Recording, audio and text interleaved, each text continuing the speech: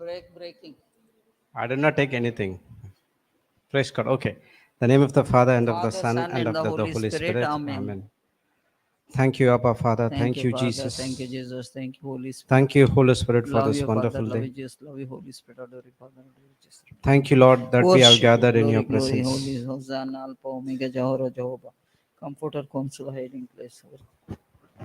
We have studying more and more about you, getting more and more revelation knowledge about the Word of God. We are knowing you more to have an intimate relationship with you. There is yet to know more about you, Lord. What we are hearing and the knowing is just a beginning stage. We like to be like you all the time, to be have the mind of Christ, to think like him. Each and every area of our life, we should have the same kind of mind inside of us, how we are going to face the situation that we are getting from the kingdom of darkness. Each and every day, every time is a spiritual battle. It is taking place in our mind. Unless and until we connected with God, unless and until we have the Holy Spirit revelation or the knowledge of God or the understanding of God or the wisdom of God, we cannot fight that battle. Thank you, Holy Spirit, for giving everything we need to fight this battle. And we are already victorious and we are fighting to keep that victory which has been given by our Lord Jesus Christ to each and every one of us. Thank you, Holy Spirit, as we gathered here. Let us concentrate or have a single eye only on the word which has been preached over here, not on anything which is of this world, but everything pertaining to the word of God. Thank you, Holy Spirit, as you make all the teachings easy for us to understand with practical examples and demonstration. Thank you, Holy Spirit, as we are submitting ourselves to you. Please take complete control of this meeting, complete control of our whole spirit, soul, and body, of our vocal cords, so that we could all the time think about you, speak about you. We thank you and we praise you in the glorious name of Jesus. Amen, amen, and amen. Praise God. Thank you, Jesus. Okay, so small recap what we studied yesterday. Start with the wisdom key. Battle of life is for your mind, and battle of your mind. Battle of your mind is for the focus. Praise God. Yeah, focus on Jesus, single eye. So your focus should be only on God, Christ, Jesus. That's it.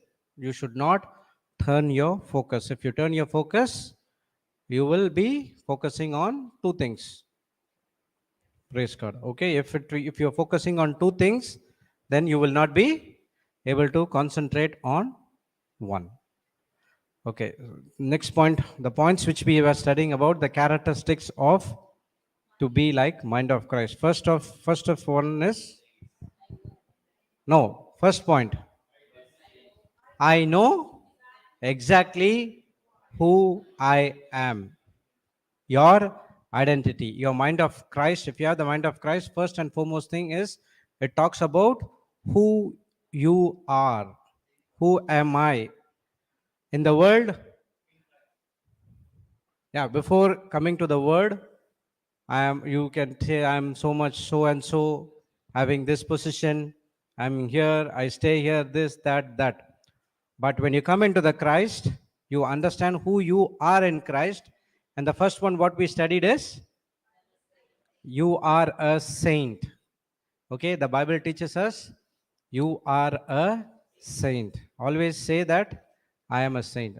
Put ST in front of you. It doesn't matter. Okay, I do that. I'm Saint Jude. Okay, so make it personal. How we are making personal, it will be easier for you to fight started. Battle. No. Yeah, that's what. Don't want fun, huh? Oh, everyone want fun because the climate has changed. Thank you, Jesus. So the first one is I am a saint. Your identity. What we study the next one? You are always blessed. We studied what is the difference between blessing and blessed. So what actual meaning of bless is to meaning of blessing.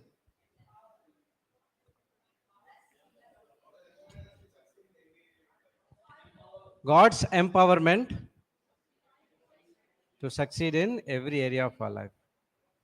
So, in other words, you have been blessed to bring God kind of results. That's right. We have been created in the likeness and image of God. We have been blessed. Okay, so you are always blessed. The blessing is always flowing.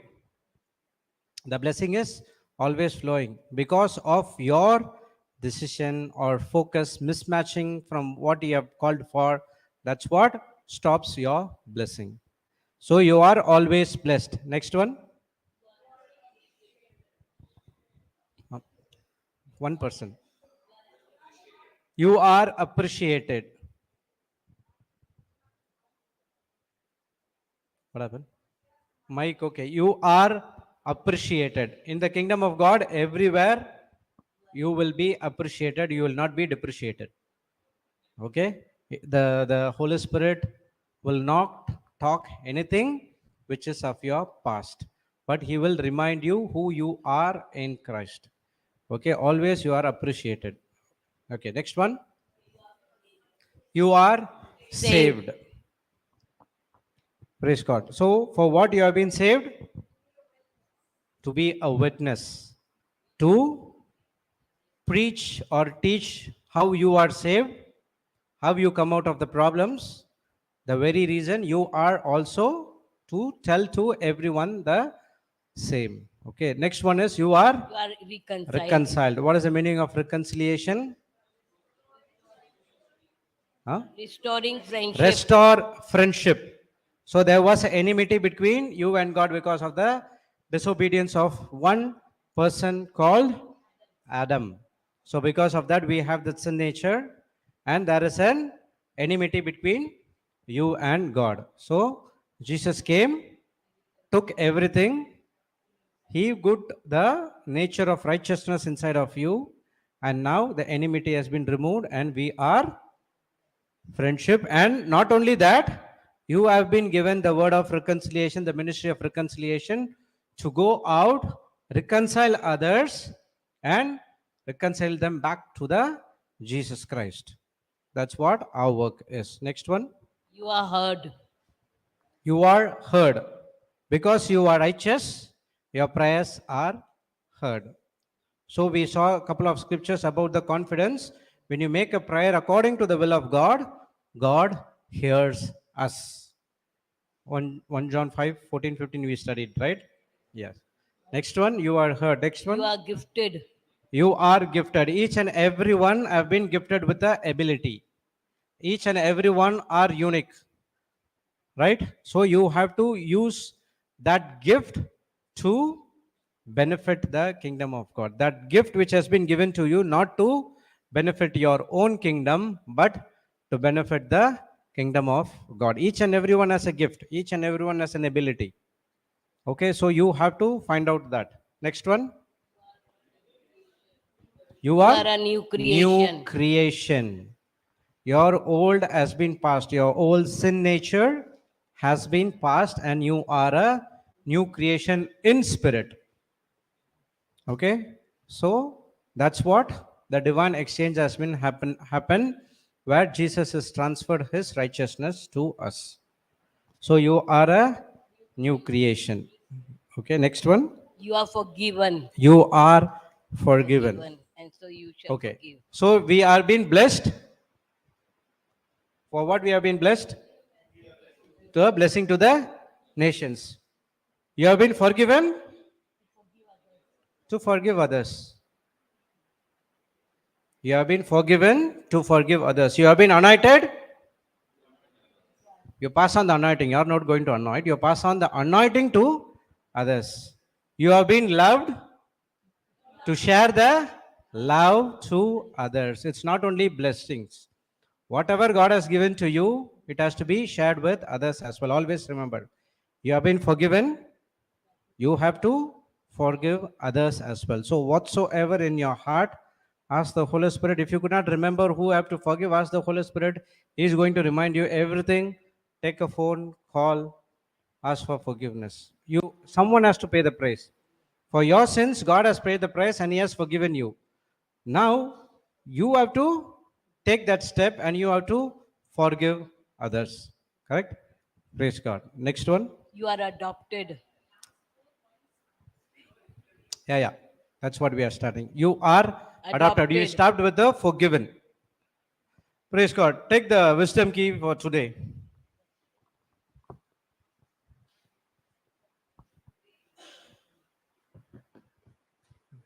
Wisdom key for today. What others do to me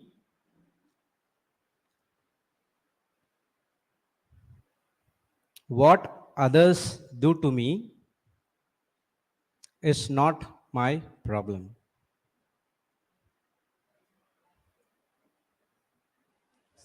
What others do to me is not my problem. Okay? What I do to others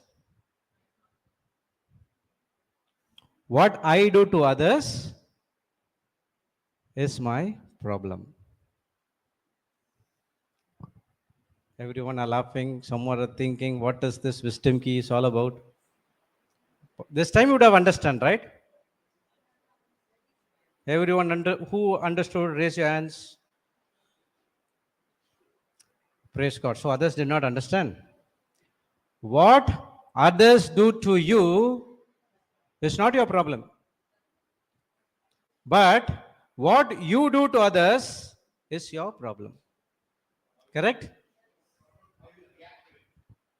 If someone comes against you, are you reacting or responding?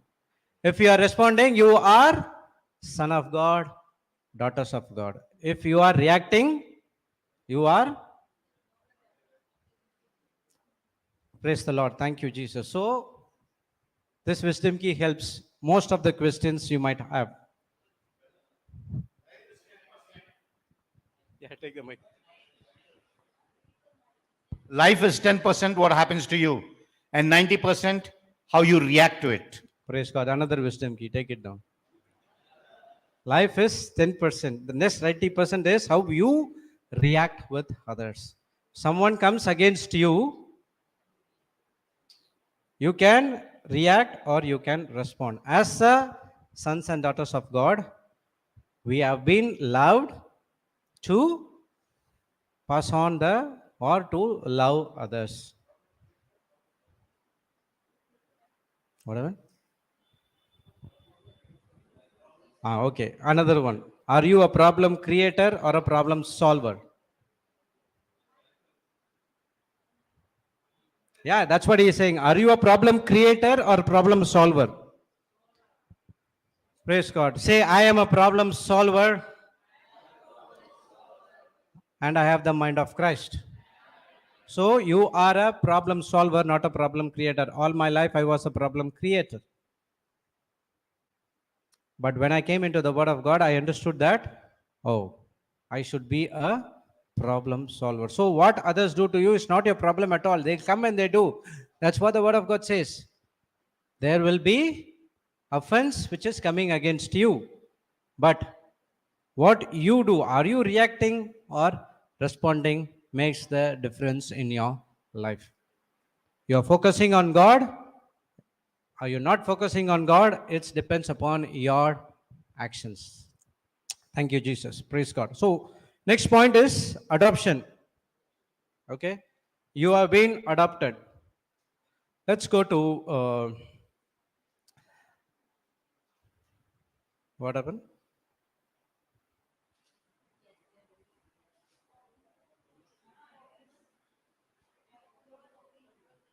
You're forgiven. What is it? You want to teach about forgiveness? Sister also teach forgiveness, right? Remember today morning. No, that's what. Identity is you are already forgiven. See, the devil is going to touch your identity, saying that your sins are not forgiven. You did a big sin, you did small sin, you did this, you did that. But the Holy Spirit says that your identity in Christ, you are already forgiven. Jesus died on the cross for only small sins, not for big sins. Then what? So whatever it is your sin, you might think it's bigger or smaller, but for Jesus, everything is sin. Okay? So everything has been nailed on the cross, you have been forgiven, and you have to forgive others. If you have this fruit of the Holy Spirit, you have to forgive. Love, peace, joy. If you are not forgiving, you are stopping the blessing as well as you enter into a different kingdom. See, if whether you forgive or you do not forgive, that's a different issue. If you don't forgive, the problem is not with that person, the problem is with you. You are going to face the consequences. God will never come and ask you what others did to you. He will come and ask you, I died for you, what you did for me. You cannot go and say, that person did this because of that. No, disqualified. That's what that wisdom key is all about. Whatever the other person do to me, it's not my problem. I forgive them. But if you don't forgive, that problem is going to stay with you forever. Okay? So you, in one of the point, you are adopted. Okay, the next one. What is the meaning of adoption? There are two adoption. Okay, write down. Adoption means act of leaving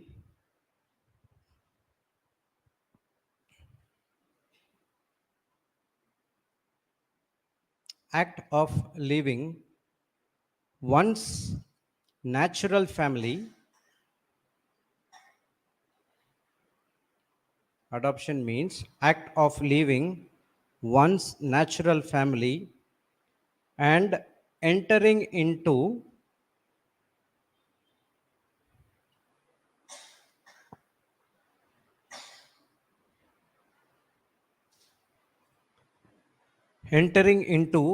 the privileges and responsibilities of another.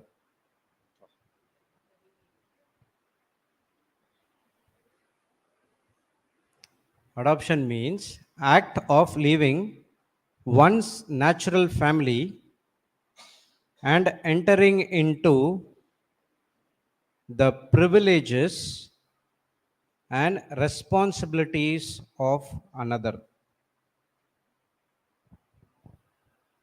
Okay, that's what adoption is all about. So you are leaving the natural family and you are enjoying the privileges and responsibilities of another. Okay, let's go to Ephesians chapter, Romans 8. You're saying something? Okay, Romans 8, 15 to 17. Romans 8. Yeah, someone can read.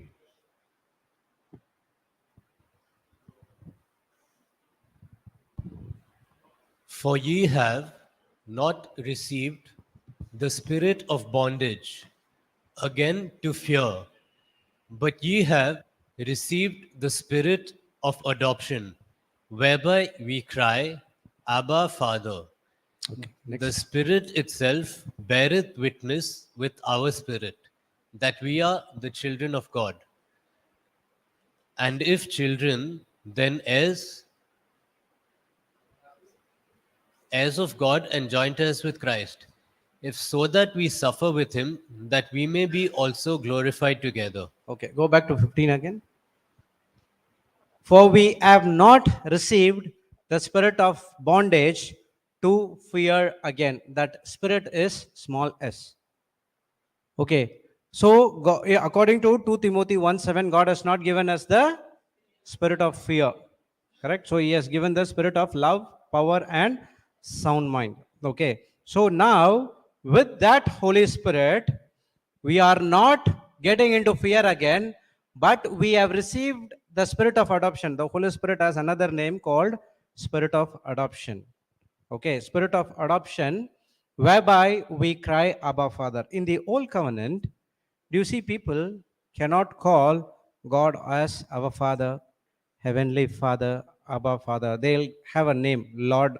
Actually, God is the Heavenly Father. Before that, they have Lord or God of Abraham, God of Isaac, Yahweh, Jehovah. Lot of names are there. Okay, but in the new covenant, we are blessed because we are calling Heavenly Father as our Father. Heavenly Father. How? Through the spirit of adoption. Praise God. So the Holy Spirit is the one who gives you the power to cry, Abba, Father. That's what Jesus said in the prayer, which he's teaching to disciples. When he asked how to pray, he said that our Father in heaven.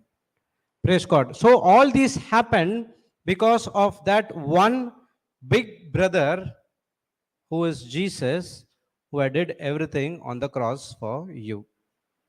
Praise God. Okay.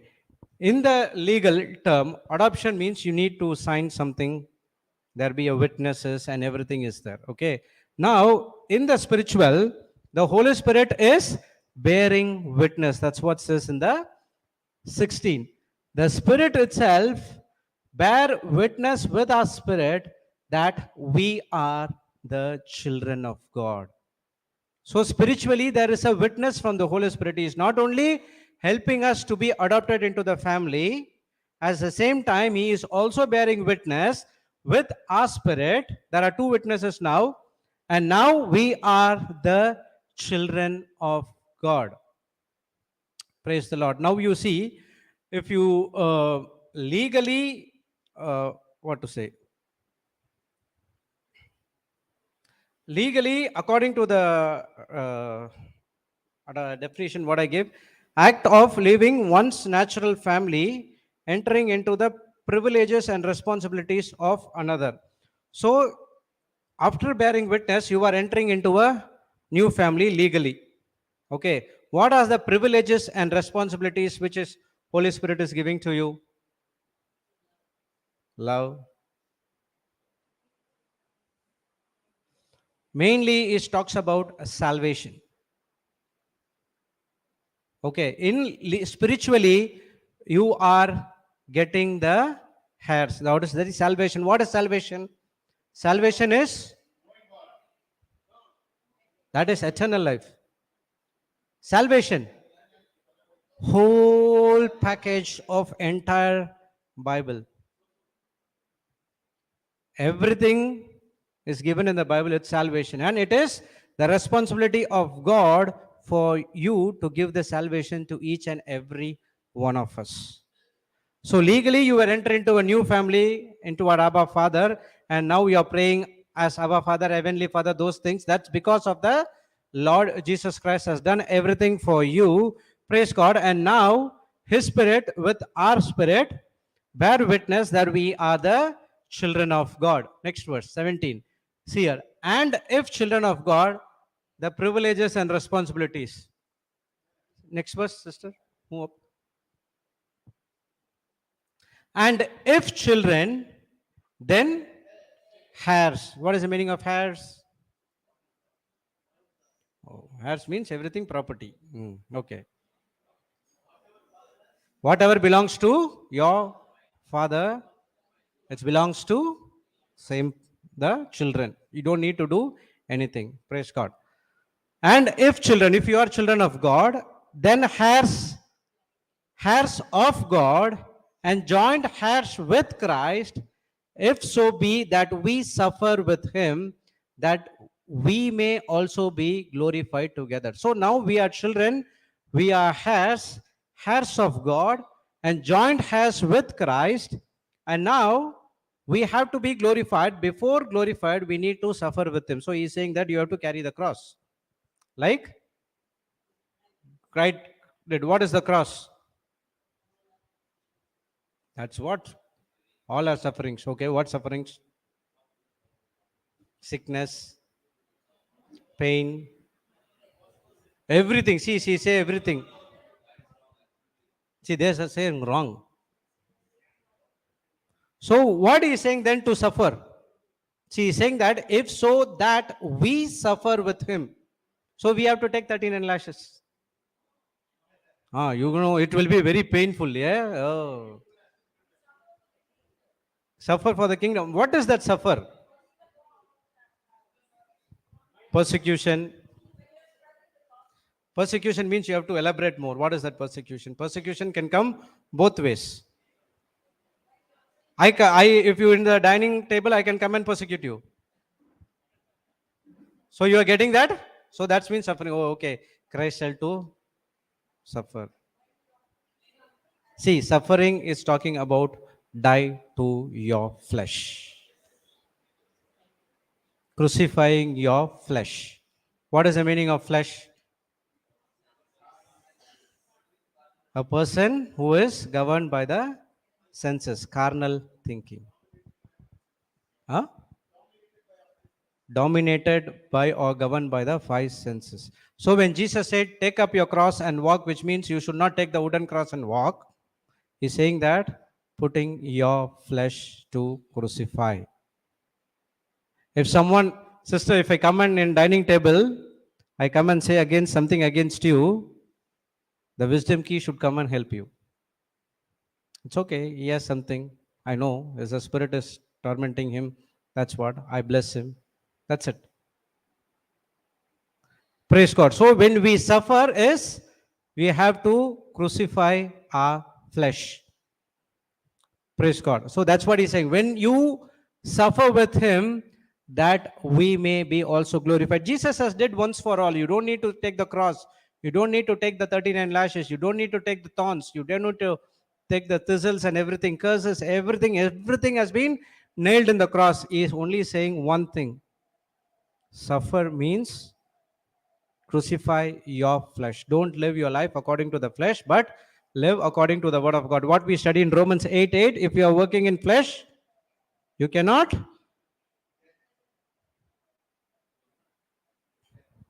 Romans 8:8. No, wait, sister, don't put. What we studied in Romans 8:8. If you are walking in flesh, you cannot please God. So suffering is not talks about the sickness, pain, those things. Okay, the suffering is talking about crucify your flesh. If someone is coming against you, you have to pray them, bless them, anoint them according to Luke 6:47-48. Praise God. Thank you, Jesus.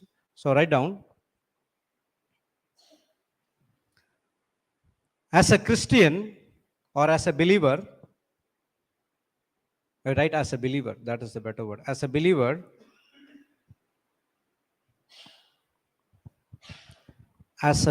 you have been adopted into God's family.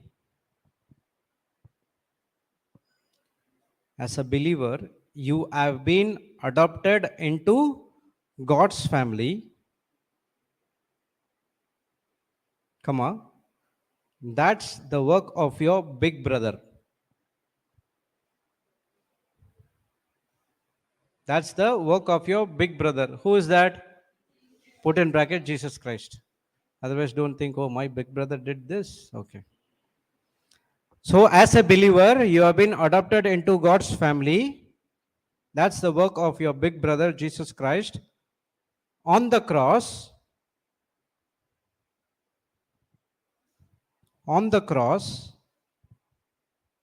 has made it possible. On the cross has made it possible for you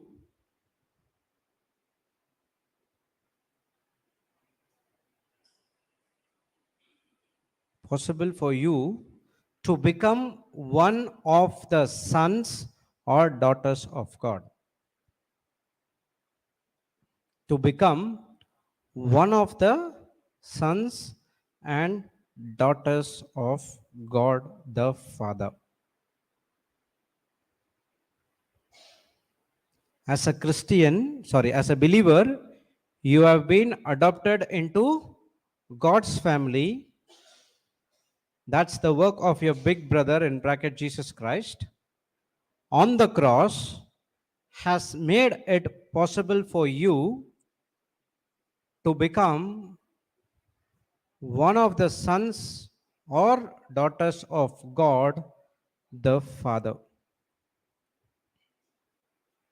Praise God. So now, according to the scriptures, you are believing that you have been adopted. Identity, you have been adopted and you are the sons and daughters of Father. And if you are sons and daughters of the Father, everything belongs to our Heavenly Father. Whatever belongs to Christ belongs to us as well. Okay. One more scripture we'll see, Ephesians 1, 4 and 5.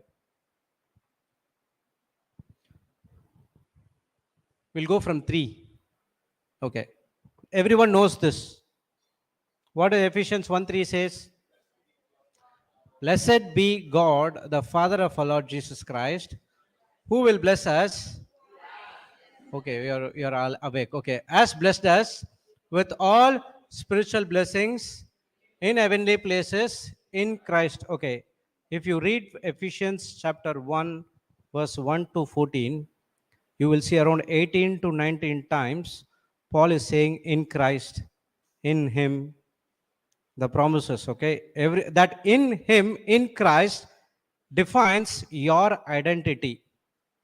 Okay, only when you are believing that I am in Christ, these promises will follow you. Okay, place in Christ. You see that colon there, which means it's not stopped, it's still continuing. Let's see the next, what the next verse says. According as He has chosen us in Him before the foundation of the world, that we should be holy and without blame before Him in love.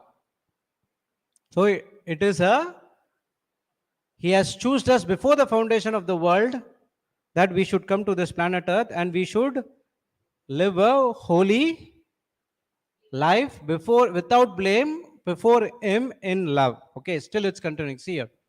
Having predestinated us unto the adoption of children by Jesus Christ to Himself.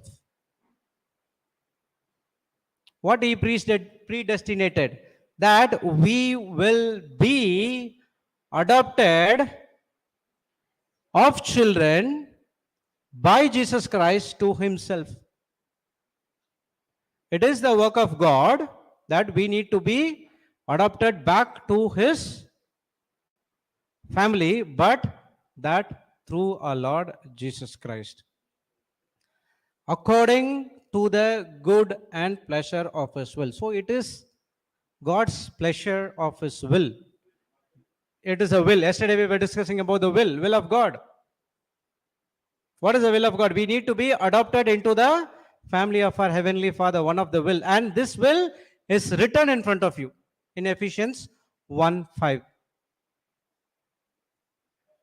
Praise the Lord. Thank you, Jesus. So, He has been predestinated us. He has already decided, okay, this is what going to happen. My children should not perish. Everyone should come to repent, should come to believe. But I need one thing to do that. What is that? Through Jesus Christ, He is making everything easy and possible for us. If not, Jesus Christ would have been come into this world, and if He not taken the cross, what will be our life will be? Each one have to carry the real cross now, according to your sins, what we made. Think about lashes. Praise God. He made very simple. He is telling you, crucify your flesh and believe in my Son, Lord Jesus Christ. So when you believe in my Son, Lord Jesus Christ, with your whole heart, now I am responsible to give you the salvation, and you have been adopted into the family of God, which I already predestinated, and that will come to pass unless and until you make a decision. You have to believe that I am adopted, I am loved, I am forgiven. Those things, everything is in your hand. So what we wrote? As a believer, okay, write down next point. Continue. So make your main goal. So make your main goal of life. So make your main goal of your life learning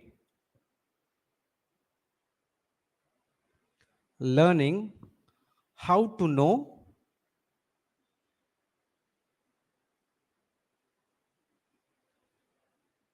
So make your main goal of learning how to know, love, and trust God as your Father.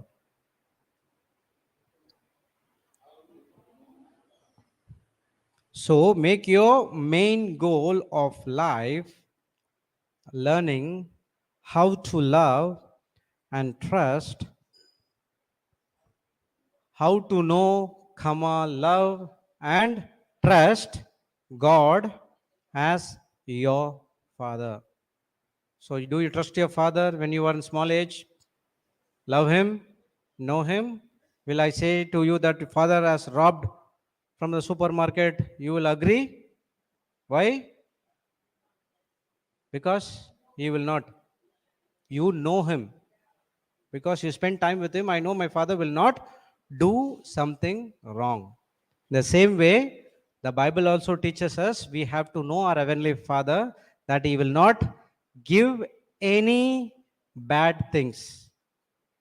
We need to know him. Only when you know him in and out, you can able to love him. Only when you can able to love him, you can serve others. And then only when you are able to love him, then you can able to trust him in all matters of your life. Even it is small things, trust him. Whether it is a small or big things, you have to trust the Holy Spirit that our Father has been. He is a provider and sustainer. Whenever you call Abba Father, Heavenly Father, or our Father, which means you are spiritually saying, God, you are my provider, you are my sustainer. Means security. You are my provider and you are my sustainer. Praise God. Okay, next one. You are, your next identity is you are loved. You are forgiven. Still yesterday we studied. Today we studied about you are adopted and now you are loved.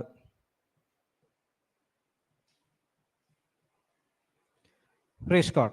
So, what is love? So that day sister was teaching about 4 types of love.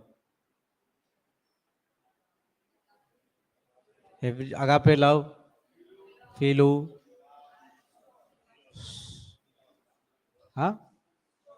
starch. I don't know how to pronounce. Okay. Okay. So out of this, main is agape love. What is agape love? Unconditional love.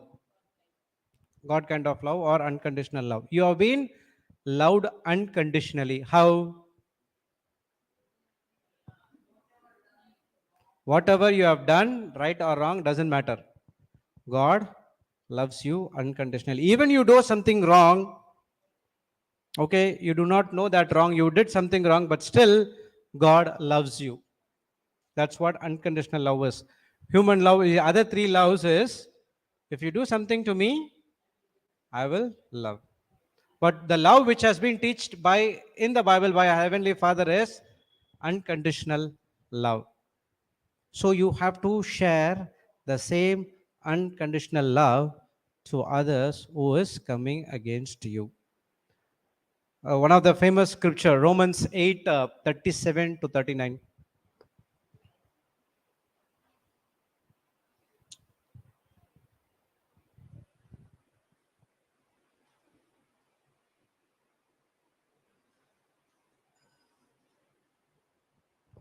Yeah, someone can read it. I'm not going deep into it because we have studied a lot about agape love. Okay. Yeah. Nay, in all these, we are more than conquerors through him that loved us. Okay. We are more than conquerors because of Jesus loved us. Okay. For I am persuaded that neither death, What is the meaning of persuaded? Convinced. You have convinced. Okay. Paul is saying, I am convinced that neither death, death, nor life, life, nor angels, angels, nor principalities, principalities, nor powers, powers, nor things present, things present, nor things to come, things to come, nor height, nor height, nor depth, nor depth, nor any other creature nor any other creature shall be able to shall be able to separate us separate us from from the love of God, love of God, which which is is, in Christ again you see, Jesus our in Lord. Christ. So he is saying about 10 things. Nothing can separate you from the love of God, which is in Christ our Lord. Sister was teaching about that love circle. The love has been poured into you through the Holy Spirit. No one can separate you from our Heavenly Father. He is saying that no other creature shall be separate. Everything, no one can separate His love for us. Who loved us first? Scripture.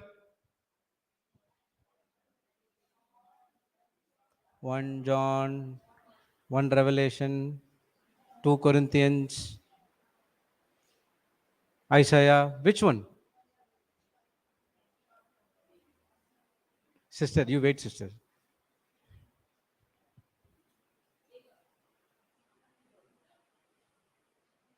You should come first. Thak, thak. You say, na, why you are saying there? You don't have. You don't absent on that class. Or you slept. 1 John 4:18.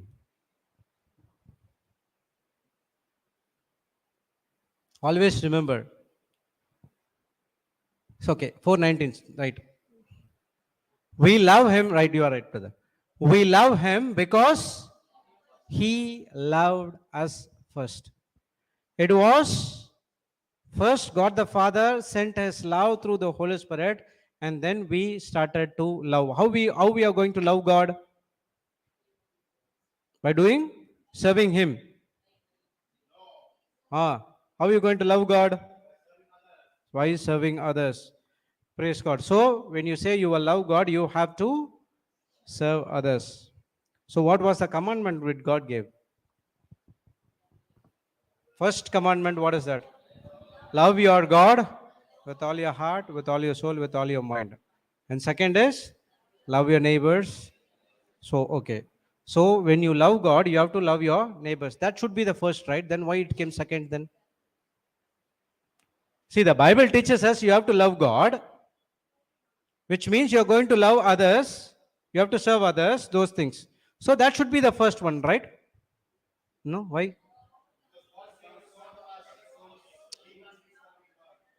Take the mic and tell brother first. Because Jesus came to serve Slowly. Because Jesus came Jesus came to serve us. serve us. Unless and until you do not understand the love of God, you cannot go and serve others. Remember that. Unless and until you understand the love of God, you cannot serve others. Okay? Praise God. That's what the first commandment is. Love your God with all your heart, with all your soul, with all your mind. What he's saying is you understand the love which has been shared inside of you by the Holy Spirit. He is telling about you have to understand those things. Only when you understand those love, the agape love, then you can able to serve others. Praise the Lord. Let's go to 1 John 4:7 to 11. This is the instructions as given to us. Can read it.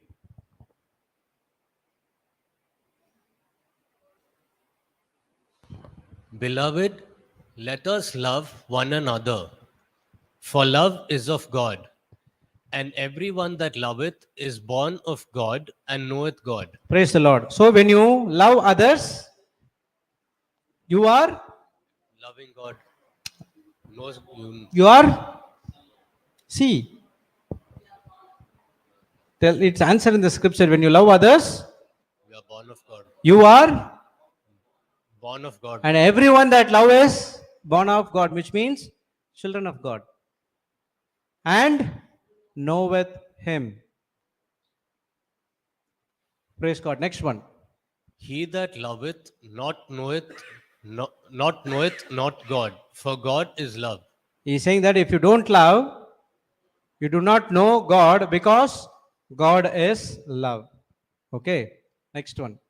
In this was manifested the love of God toward us, because that God sent his only begotten Son into the world that we might live through him. Okay. Next verse. We know that where God has sent His only Son, He is giving how the love is. Okay. Herein His love. Here 9:9. Okay, in this was manifested the love of God towards us, because God has sent His only begotten Son into the world that we might live through Him. Okay, next one. Herein is love, not that we loved God, but that he loved us and sent his Son to be the propitiation for our sins. Okay, here in this love, not we loved God, but that He loved us and sent His Son to be the propitiation. What does it mean by propitiation? Substitute for our sins. That is the love of God. See how much He loves you. He sent His only begotten Son to die for our sins.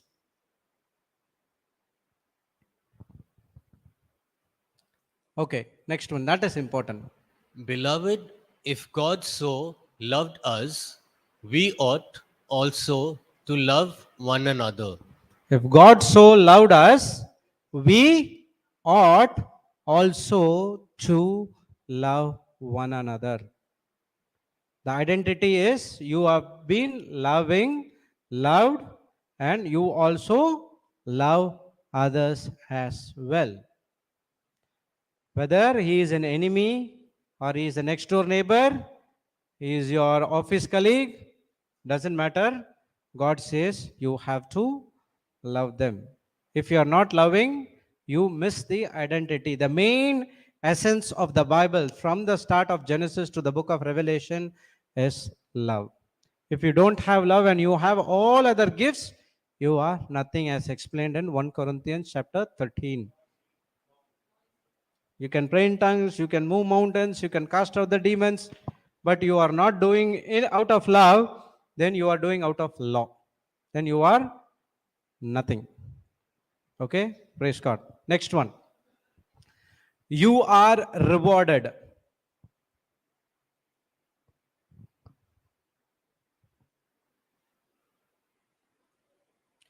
Next one, you are rewarded. What is the reward? What is the reward you get when you do exactly what the Word of God says?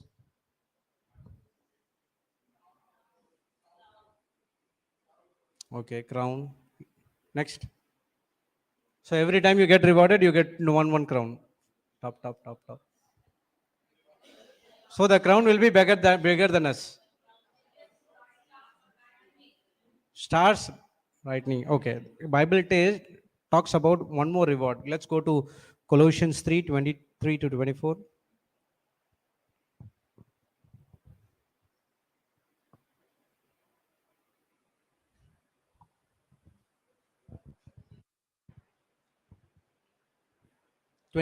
Start from 23.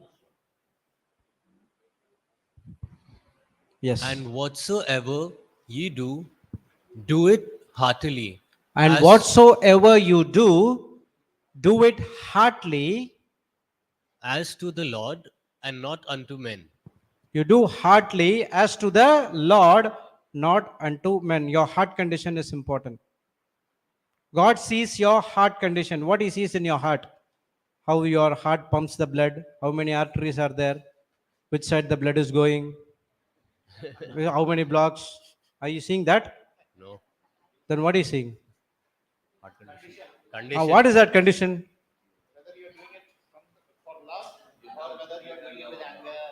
Some more elaborate, much more clearer. To please people or to please God, okay. He sees your imagination. What you are imagining when you do. When I give, before coming into the word, even though after coming into the word, I give tithes. You know what is the imagination for me? Barter system. When you give, I'll give, receive 100-fold. It should not be the cause for giving. Why you are giving? Luke 6:38 says, give and it shall be given unto you, good measure, pressed down, shaken together, running over, shall men give unto your bosom. So why you are giving? Because the Bible says.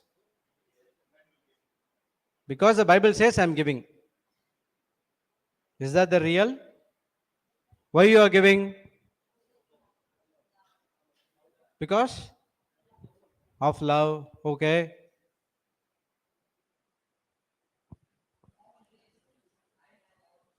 Oh, you have all, that's the reason you are giving.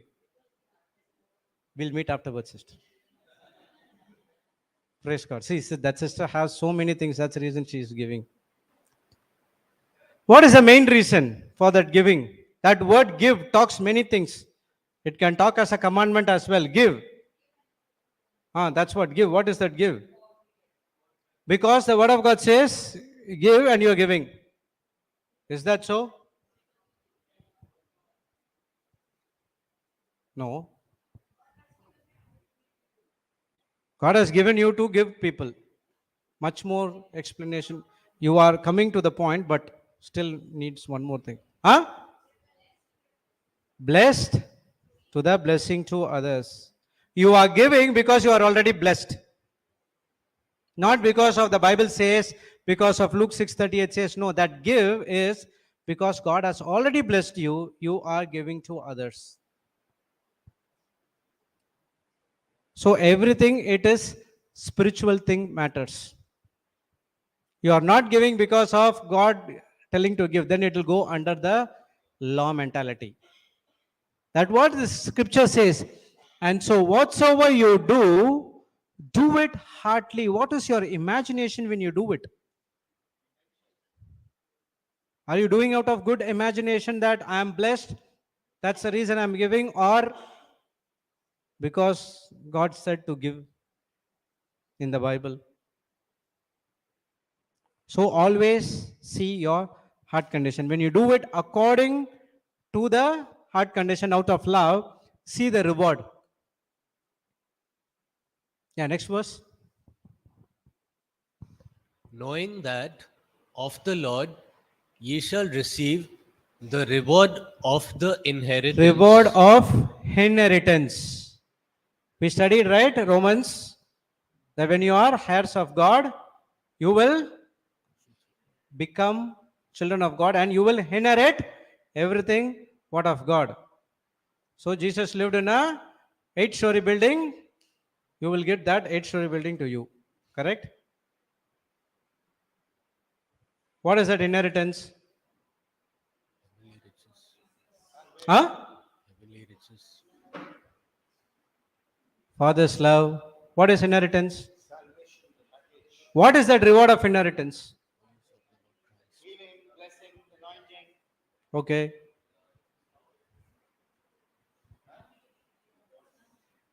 You see colon. After the colon, what is written? For ye For serve the Lord Christ. you serve the Lord Christ.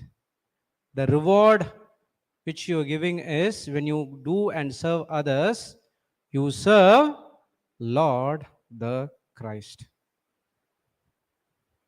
Praise God. Thank you, Jesus. So everything comes by serving. The reward is when you do with whole heart to others, when you do not grumble, murmur, and do with wholehearted. I see, where is Brother Sunil? He is not there. Okay. He was doing everything wholeheartedly. Praise God. Have you seen last month, Sister Clara's dad was here? And he was next to that bed all the time. Huh? Yeah, that's what he is not here right now. He might have went to the break. Okay, so he is doing wholeheartedly. He did not do it because everyone watching me. No. I spoke to him, brother, you are doing a wonderful job. He said, brother, I cannot do it. What is saying that? He says, I cannot do it. Which means I cannot do it by my self own strength, but with the help of the Holy Spirit, yes, I can.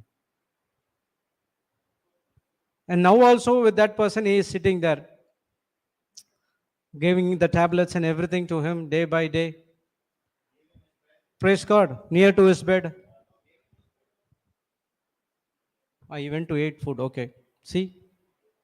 Praise God. Thank you, Jesus. This is what serving, that is the reward is for you serve the Lord. Inheritance of God is what you expect is not the inheritance. His inheritance is you are doing exactly what Jesus does.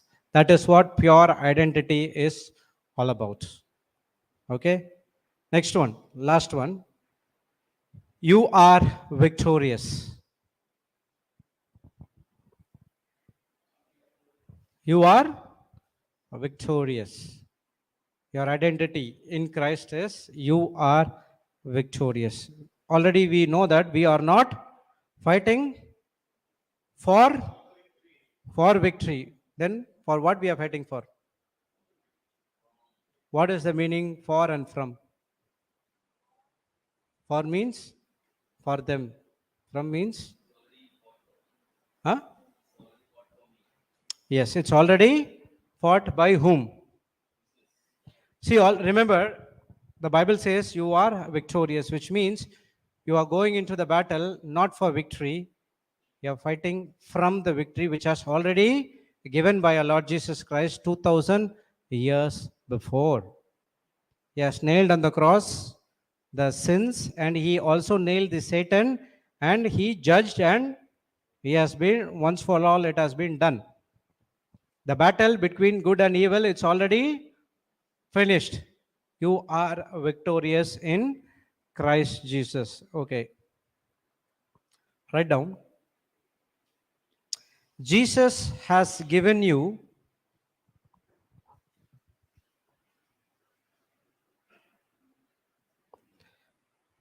Jesus has given you the power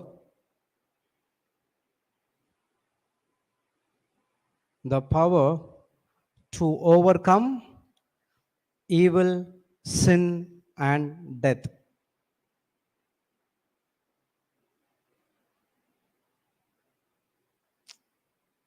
One minute. This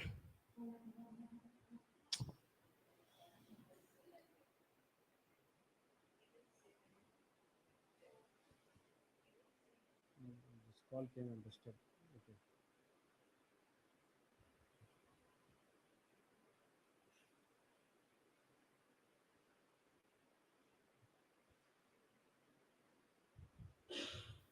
Thank you, Jesus. Praise the Lord. Hallelujah.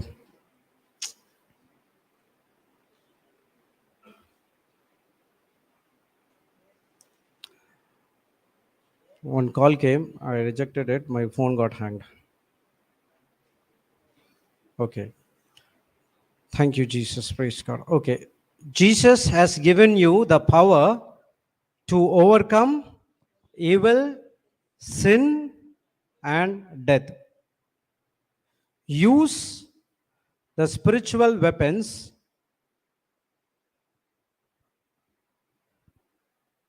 Use the spiritual weapons at your disposal as a believer.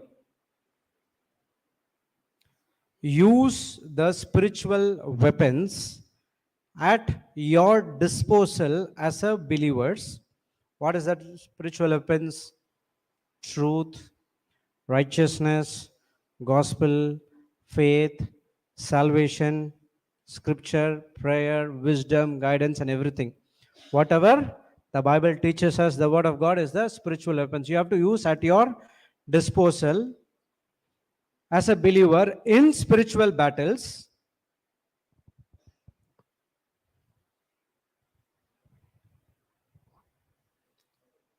As a believer in spiritual battles,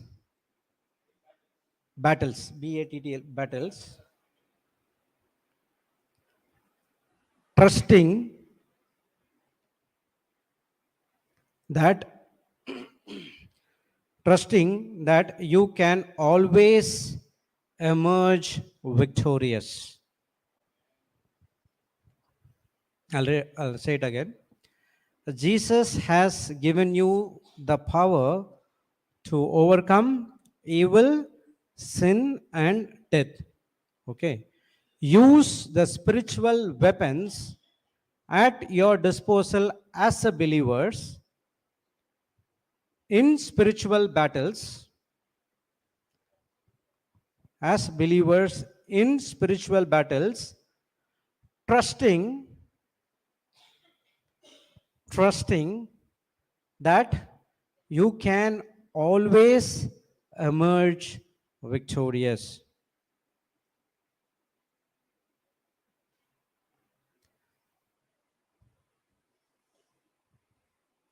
Praise God. Go to 1 Corinthians chapter 15, 55 to 57.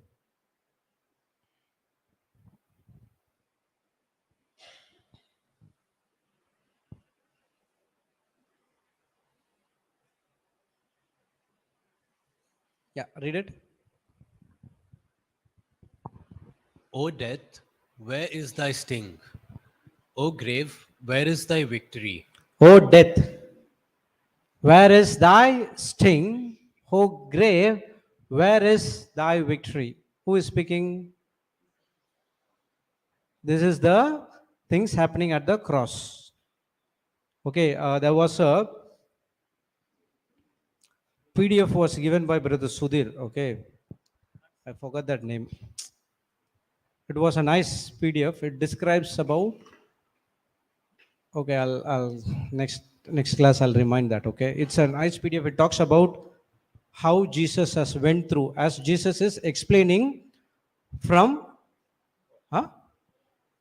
the day I was crucified. Okay, the day I was crucified. It talks about the writer, the author. He writes how Jesus would have said that. Okay, and here there will be a conversation at the cross for Jesus with death and sin, and one more thing, there will be a conversation. In there, he'll be asking this. So he quoted this scripture, has been quoted there, saying that, "O death, where is your sting? O grave, where is thy victory?" Yeah, next one. The sting. The sting of death is sin, and the strength of sin is the law. Next one. But thanks be to God, which gives us the victory through our Lord Jesus Christ. Thanks be to God that Jesus has given us the victory God has given us the victory through our Lord Jesus Christ. It can be connected to Colossians 2:14 and 15. Right? Yeah, Colossians 2:14 and 15 talks about that Jesus has nailed it on the cross. He carried on his body, not only carried, he also nailed it on the cross. Where it says, when he nailed it on the cross, the Satan has been judged and he has given you the victory. Okay, let's go to 1 John 5:4.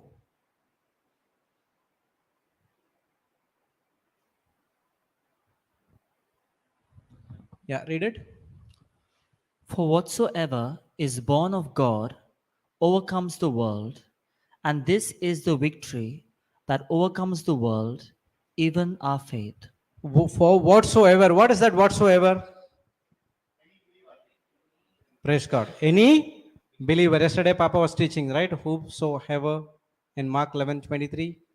So any believer has identity that he is the child of God, born of God, overcome the world, and this is the victory that overcome the world, even our faith. So who gives the victory? Jesus has already done. Now we say that we are victorious, and now we are facing the spiritual battles.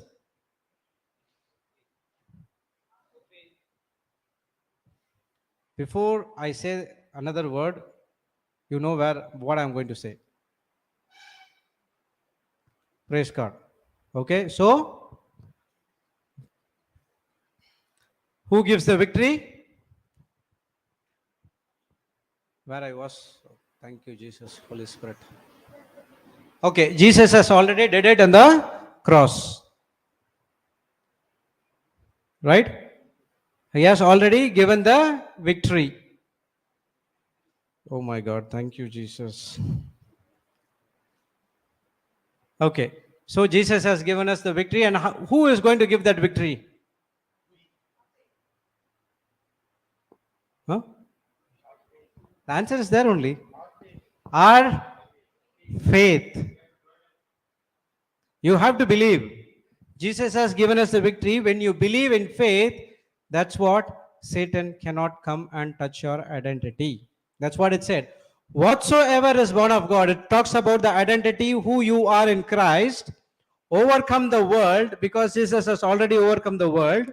He says in John 16, that is the victory that overcome the world, even our faith. So believing what Jesus has already did for you, that faith gives you the victory in the spiritual battles which you are facing right now. Understood? It is your faith, and that faith works through life, through love. Okay, that faith works through love. Praise God. Okay, John 16:33.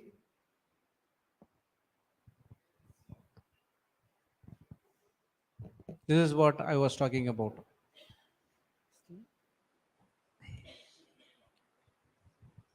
You can read it. These things I have spoken unto you, that in me you might have peace.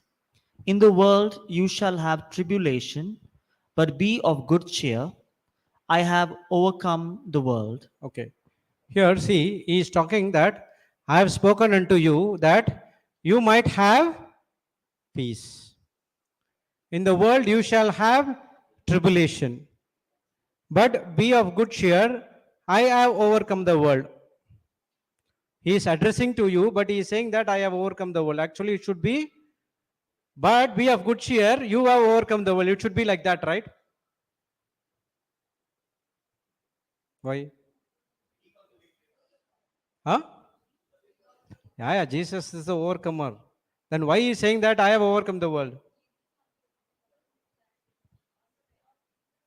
Answer is there only.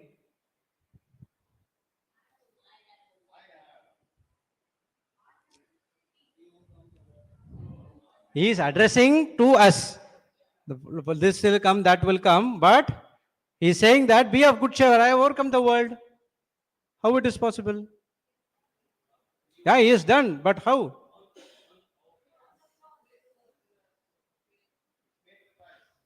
Do you see that word in me? In me, in Christ. Because you are in Christ. When you are in Christ, when Jesus overcomes the world, that faith that you are in Christ gives you the victory. Praise the Lord. Thank you, Jesus. So, the Bible is very, very interesting. We have to read very, very, very, very slowly. That's what in me makes a very, very difference. So, he says that things have spoken you, that in me you might have peace. Even though the world comes against you, even though the people come against you, you don't worry about those things. I have already overcome the world, and you are inside of me, and I am in you. Definitely, you will be having peace. That is the faith gives you the victory. When you are at peace, you can say that you are a victorious person.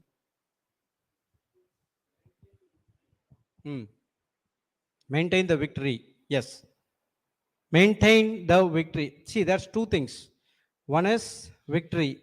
Same thing, we can say that healing. Healing is a gift to everyone. A person can experience the healing right away when he believes. The next point is he has to keep that healing for his lifetime. Same as victory. You know, the Bible teaches us we are already victorious, but we have to maintain that victory when you are in Christ. Only when you are in Christ, you are at peace when the problems comes against you. Your foundation is in Jesus Christ. You will not be shaken. Wise man built his house on the rock. Praise God. So you are in Christ, Christ in you. So whatever Christ has done, it has been given to you because you are the Son of God, heirs of God, and those inheritance what Christ has did for you belongs to you as well. Thank you, Jesus. Understood? Any questions? Not yet completed. I'm just finished only the identity in Christ. There are many things are there. Excuse me.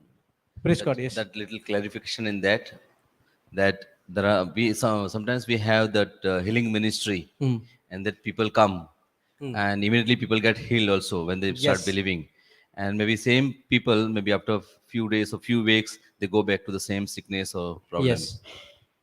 Correct. The healing ministry, what he's saying that the people come for the healing ministry, they get the healing, but along with that, we also give some homework to do. We won't give, okay, you are healed, then go back. No. If you see in JCILM team, we give the homework. We'll give the teaching. We ask them to stay connected with the Word of God. So the person who is staying connected with the Word of God, they experience the Spirit of God operating inside of them, and they come and join as a warriors as well. The warriors which we are in are there about 121, 127 prayer warriors. Everyone has been done the homework and they fought and they know how to do it, and they are in that warriors group and helping others. There are also people we shared which they did not do the homework. They come back to us after 1 month saying that, brother, this has been written back. Brother, this pain is there. Okay, what you did? I did everything. What everything you did? What teaching you studied? Oh, teaching. If we ask them what are the scriptures you studied in the teaching, there comes the problem. If they really heard it, wrote it, they would have said the scriptures. There are people who calling us and asking us the doubts. This I could not understand this scripture in this teaching. Can you help us? There are warriors who overcome those things and they join and they are helping others as well. So healing is a gift. Everyone has to be healed because that's what Jesus' will is. Okay, he doesn't want a person who is a son of God who has some problems. Correct? We have to be same like him in the spirit. Praise God. So that healing has to be maintained. That has to be maintained only when you are in Christ. Praise God. Thank you, Jesus. Understood? So, who overcomes the world and who gives us the victory? The faith of Jesus Christ, which is inside of us. So, first thing is the character of the mind of Christ is, I know exactly who I am. Okay, what we wrote?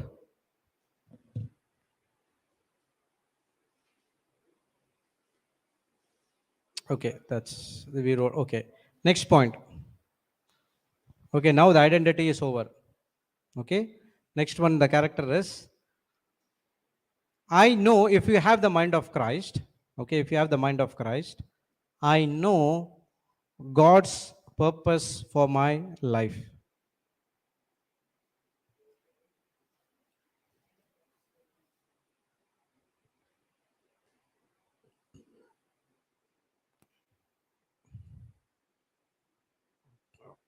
If you are in Christ, I know God's purpose for my life. John 8:14.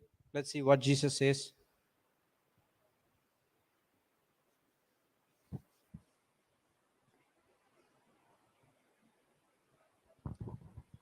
Yes, read it.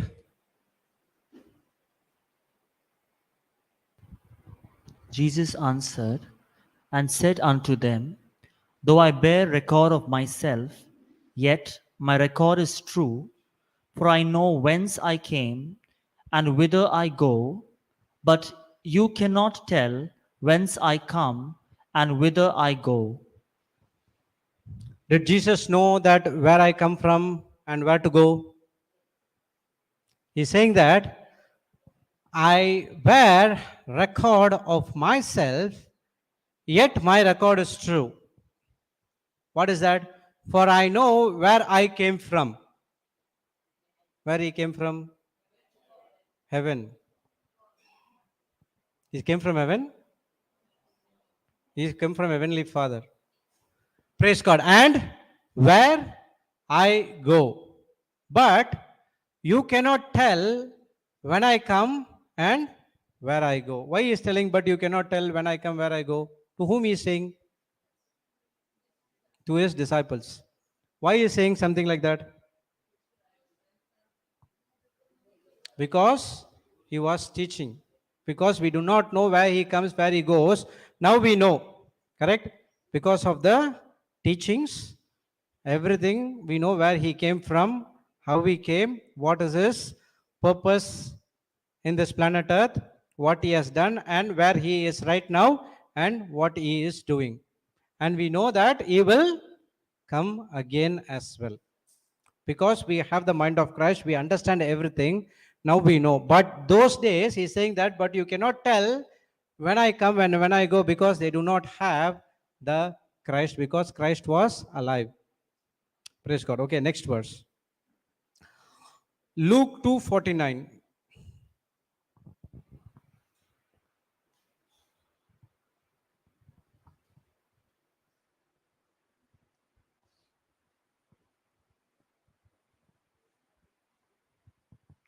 And he said unto them, How is it that ye sought me?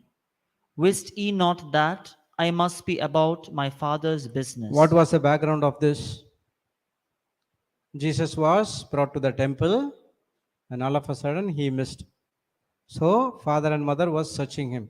So that what he is asking, how is that you search me? You not? Okay, we'll go to the normal translation.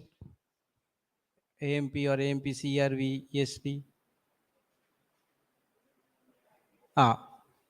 Okay.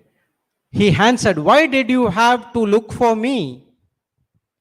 Did you not know that I had to be in my Father's house?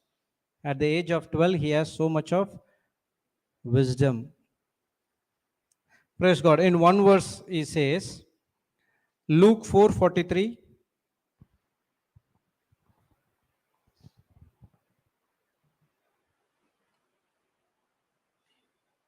I'm just giving the purpose of what Jesus was come to this planet Earth. But he said, Who I said? must- Jesus said. I must preach the kingdom of God to the other cities also, because I was sent for this purpose. Praise the Lord. Thank you, Jesus. So Jesus knows his purpose. What is that? He need to preach the good news of the kingdom of God to other cities also, because I was sent for this purpose. Jesus clearly knows what his purpose is. Do we know? And we say we have the mind of Christ. If we forget something, I have the mind of Christ. Yes, I have the mind of Christ. I will not forget this. Are we really using the mind of Christ correctly? Praise God. So let's go to Ephesians 2:10. We studied yesterday.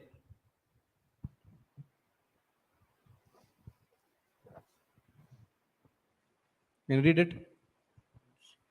For we are his workmanship, his own masterwork, a work of art, created in Christ Jesus, reborn from above, spiritually transformed, renewed. Oh, 1 minute. Sister, put KJV only, sister. We have studied this and just want to. Okay. Which one? Yeah. For we are his workmanship, created in Christ Jesus, unto good works, which God has before ordained that we should walk in them. Praise God. This scripture teaches two things. One is, we are his workmanship created in Christ Jesus. God has created you. You are not an accident. Okay? First, make that thing clear. God has created you, it is not an accident. Okay? When God has created you, the next one is saying that God has a plan for you. He says that which God has before ordained that we should walk in Christ Jesus unto good works. So he has a purpose for you. When he has created you, he has a purpose for you. And now what is our work is to get into the word, and we need to discover what is your purpose in life. And now it is very easy. Why?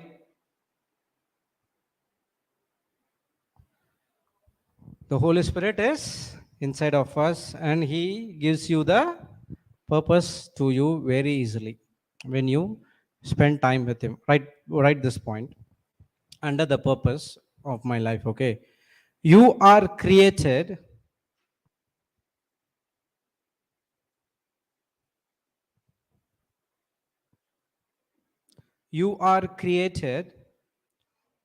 to know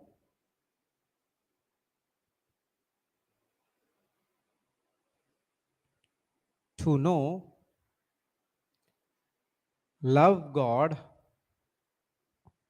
to know, love God and love others.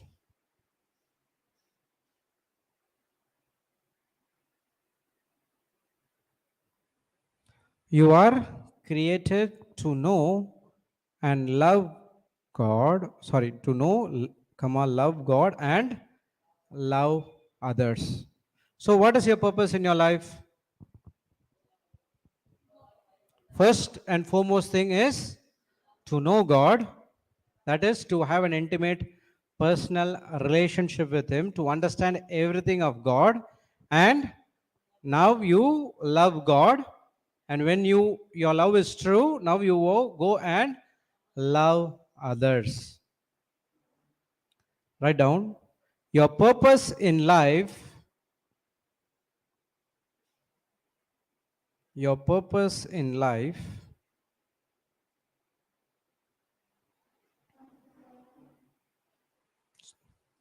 is to know God. Write this one. The purpose of my life. Okay, sorry. The purpose of my life. The purpose of my life is to know God and hear his voice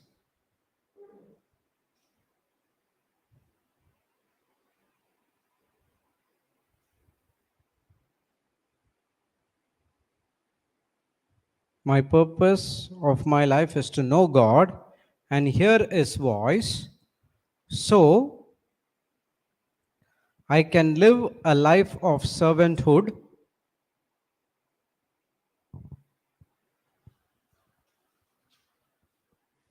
I can live a life of servanthood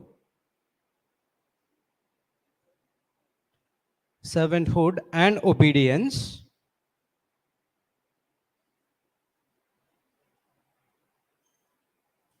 Servanthood and obedience then I will be a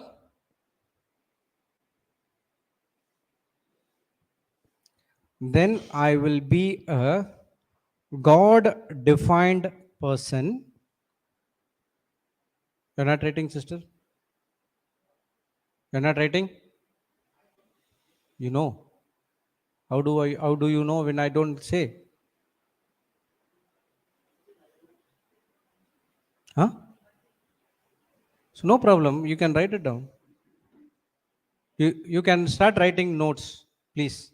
It's going to help you a lot. Okay? So the purpose of my life is to know God and hear his voice so I can live a life of servanthood and obedience. Then I will be a God defined person.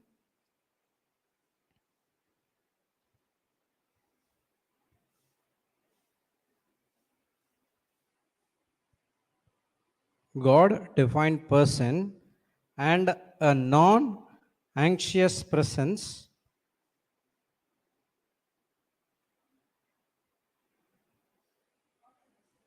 God defined person and a non anxious, NONANXIOUS,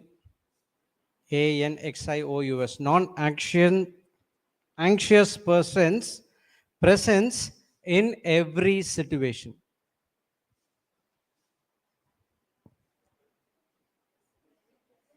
Presence, non anxious presence in every situation. Not person, presence.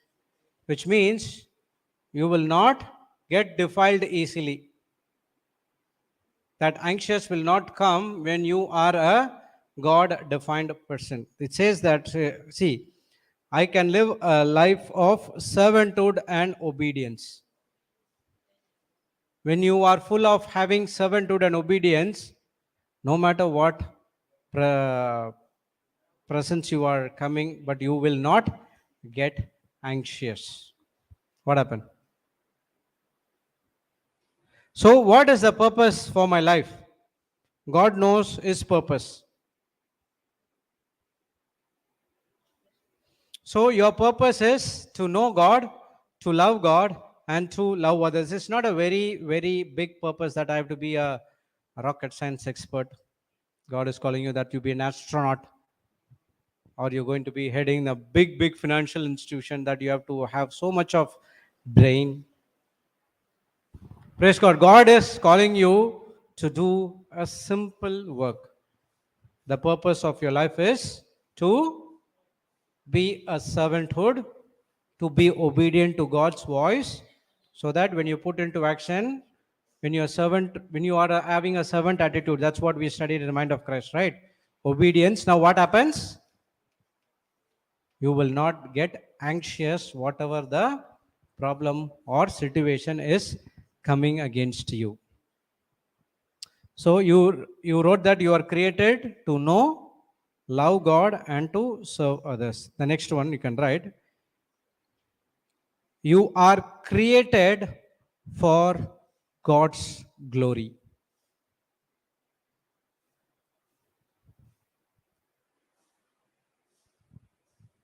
Next one is you are created for God's glory. Isaiah 43, 6 to 7.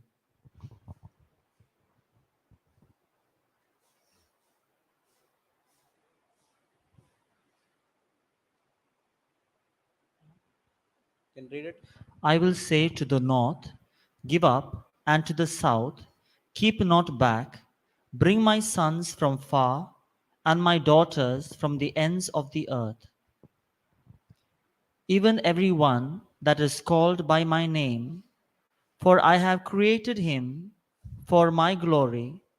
I have formed him, yeah, I have made him. Even everyone that is called by my name. How do you call Abba Father? The Spirit bear witness with your spirit that you are heirs of Jesus, Heavenly Father, and you are calling Abba Father. Now we are calling by name, for I have created him for my glory. You have been created for God's glory. Okay, what is glory?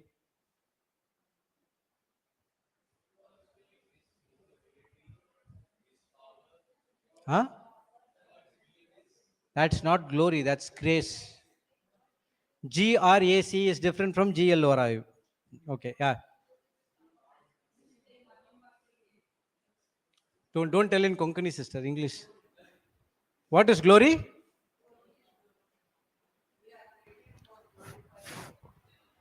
Seeing, No, I need the definition of glory. What do you mean by glory? seeing God's invisible power into our physical eyes, in our physical eyes. Yes, is God's invisible power seen through our physical eyes. Do you come to a prayer meeting?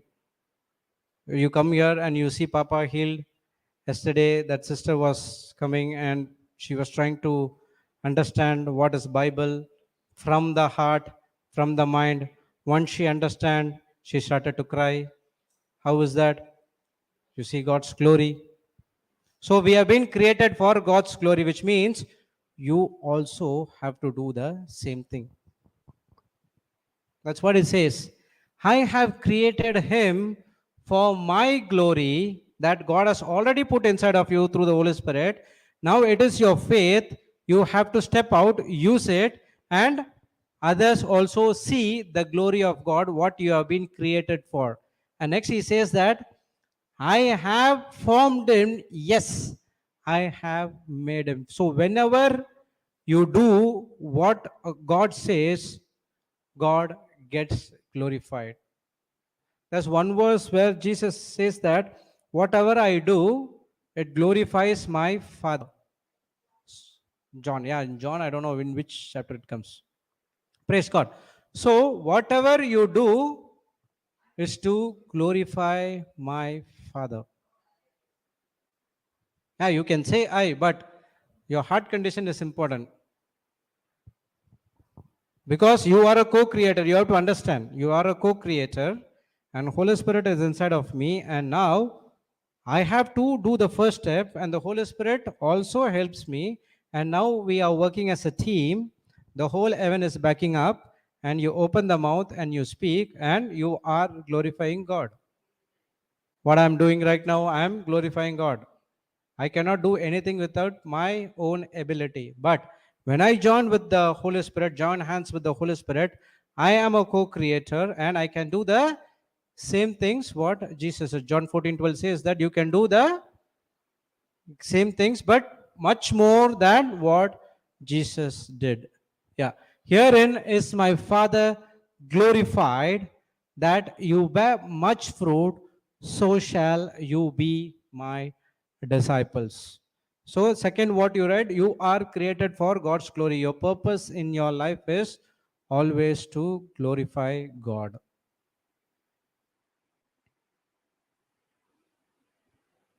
Okay, next one.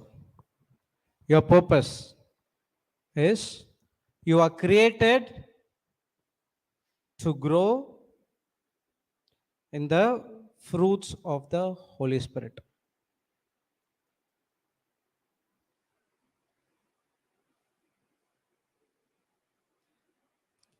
You created to grow in the fruit of the Holy Spirit. Did we study it day before yesterday, correct? You have that 5 things we studied, and then you have to put into action. Walk in the Spirit. You will not fulfill the lust of the Spirit, and now you have to produce the fruits according to Galatians 5:22 and 23. So your purpose is in the life is to produce fruit. That's what it says, that herein is my Father glorified, you bear much fruit. That is the fruit of the Holy Spirit. So shall you be my disciples. Only when you bear the fruits of the Holy Spirit, you can be the disciples of Lord Jesus Christ. Okay? So your purpose in your life is you have to bear All the fruits, not one, two. All the fruits of the Holy Spirit, if one is missing, then it will not come to pass. Okay, all the things has to be done. And now your purpose is you are created to spread the gospel of love, peace, and everything. Next point. Your purpose is you are created to spread the gospel.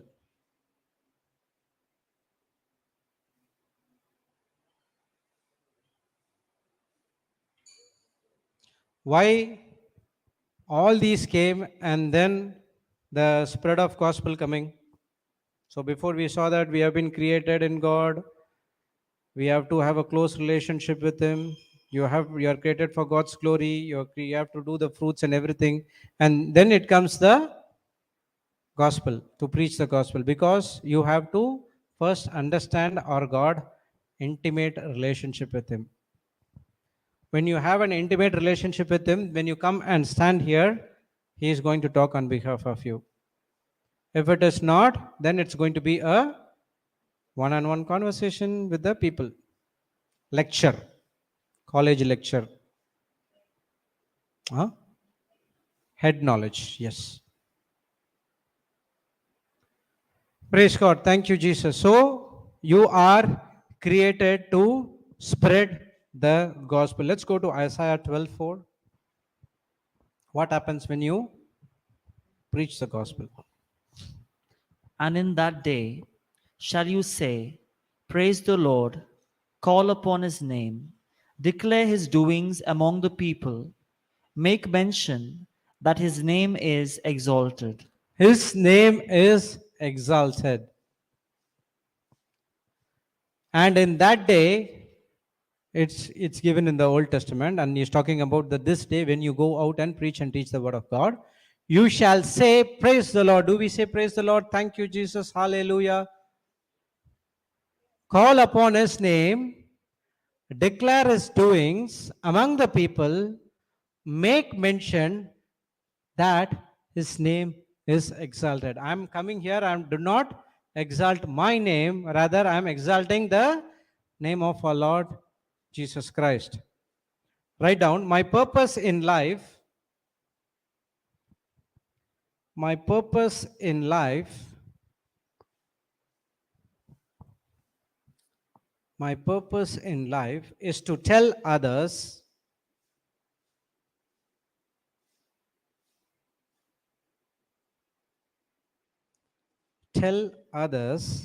about Jesus' love for them. My purpose in life is to tell others about Jesus' love for them. So, while you are preaching the gospel, what you are preaching? You are preaching the love of Christ. You are explaining how Jesus loved you and how you were in the pit once and how Jesus' right hand saved you and how you come out, and you are also saying, if it is available to me and it is available to you as well, come and experience the love of God. So you immediately not getting into the healing and everything, but rather you teach the word called love, that love is not a thing, it is a person, and how that love changes my life, and the same love can change your life as well. That is what gospel is all about. If you're preaching the gospel and if it is there's no love, then it is you're telling from the head knowledge. What I said, want to repeat?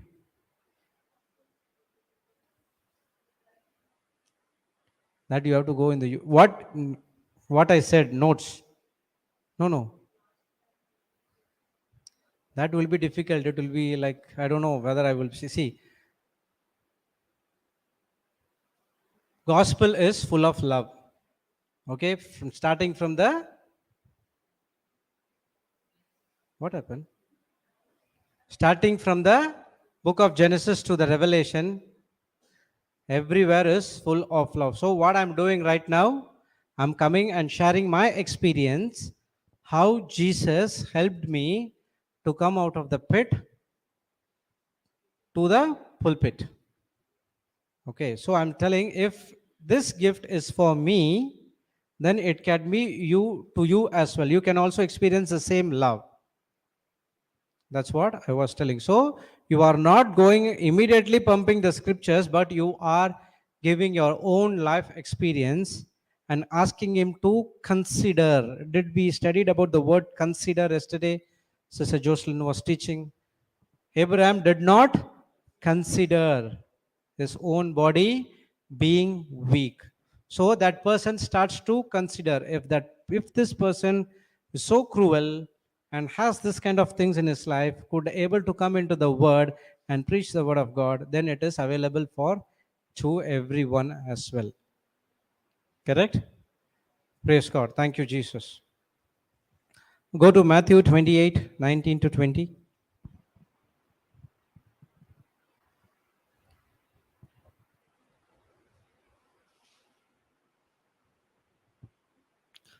Go ye therefore and teach all nations, baptizing them in the name of the Father and of the Son and of the Holy Ghost, teaching them to observe all things whatsoever I have commanded you, and lo, I am with you always, even unto the end of the world. Next. Okay. So, go you therefore. Now it's a commandment. Go you therefore and teach all the nations. First is coming teaching. Teaching all the nations and baptizing them in the name of the Father and the Son and of the Holy Ghost. This was happened in the life of Philip. When the Holy Spirit clearly said him to go to the chariot. He was reading the book of Isaiah and he was explaining what is that book is all about. So he taught the European eunuch, and then while they're going, what happened? There was a river or lake, something where, and he asked, why can't I get baptized immediately? How it was the Holy Spirit conviction. So now we have to go and teach all the nations, baptizing them in the name of the Father and the Son and of the Holy Ghost, teaching them to observe all things whatsoever I commanded you, and lo, I am with you always, even unto the end of the world. He's saying that go and teach to all nations whatsoever things are commanded you, you go and do to others. And he also saying that I will not leave you, I'm always with you unto the end of the world. And he is still right inside of you in the name of the Holy Spirit. Praise God. So your purpose in the life is to preach the gospel of love to everyone. Okay? Okay, last one in that one. You are created to use the gifts and talents God gave you. Your purpose in your life is to use the gifts and talents God has gave you to build the kingdom of God. Did I went fast? Okay. You are created you to use the gifts and talents that God has already given to you.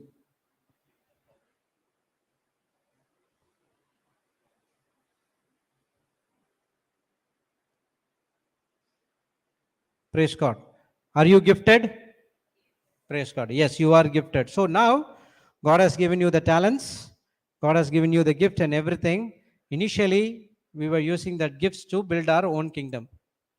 Now, something coming that the Holy Spirit, through the Holy Spirit, now the Holy Spirit gives you, and discernment to where to use the gifts correctly. So you might ask, okay, so I should use all the gifts and talents only to build the kingdom of God, then what will happen to my family and other things? You see the life of Papa Johnson for 27 years. He's using his talents and gifts to preach and teach the word of God. He's following the system. Yesterday, Sister Josel was teaching to know the system. What is the system? Seek you first the kingdom of God and his righteousness. All other things which is you are seeking will be added unto you. You use the gifts and talents to build the kingdom of God, and God is saying, I will take care of you. That's what happened to me in last 2.5 years. The same talents, the same gifts I have, I was using in a different kingdom. Now I started to use the kingdom of God, and that's where God could take care. I know the system, and now I am following the system. Praise the Lord. Thank you, Jesus. So now you understand what is the purpose. But to fulfill this purpose, the Satan is going to come and strike you again and again and again. He will impart unforgiveness, he will impart jealousy, he will impart anger, he will impart everything of the kingdom of darkness to stop you to do the purpose which God has called you for. Praise God. So now it is our work to be in a relationship with the Holy Spirit and to fight all the spiritual battles which is coming against us through the spiritual weapons called the Word of God. So you take Mark 11:23 and remove all the mountains which is hindering you to stop the purposes which God has called you for. Okay, so use it for the material things. I'm not saying that you should not use for the material things. You can also use, but also use to cast out the unbelief which is inside of you. Some people will say, oh, I'm going to preach and teach the word of God. There are so much of people out there. If I speak something wrong, I make many mistakes while speaking and teaching the word. And after that, I'll receive the WhatsApp messages. Brother, you have to use this. You have to use this.